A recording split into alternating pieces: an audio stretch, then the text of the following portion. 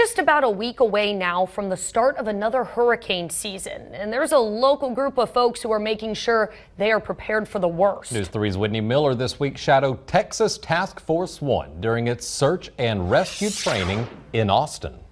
There were people flagging us down everywhere. Water rescues were an all too familiar scene last fall when Hurricane Harvey wreaked havoc along the Gulf Coast.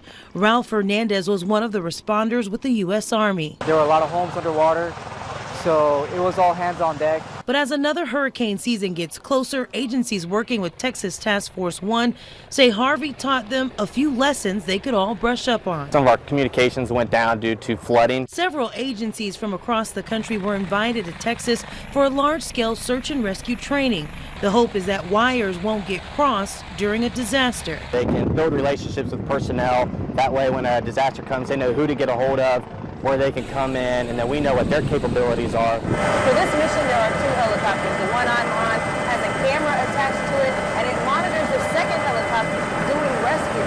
But during Harvey, there was a need for so much help that this helicopter had to turn off its camera and get into action. We had to take the camera off and reconfigure the seats, and we had to put the hoists on it in order to be able to do rescue operations. Task Force 1 used volunteer victims in lakes throughout Austin for crews to save, and the video of those rescues was streamed back to a command center. It gives on-scene commanders a real-time video feed of what's going on out there. And a clear view of who needs help and who needs it first. In Austin, Whitney Miller, News 3.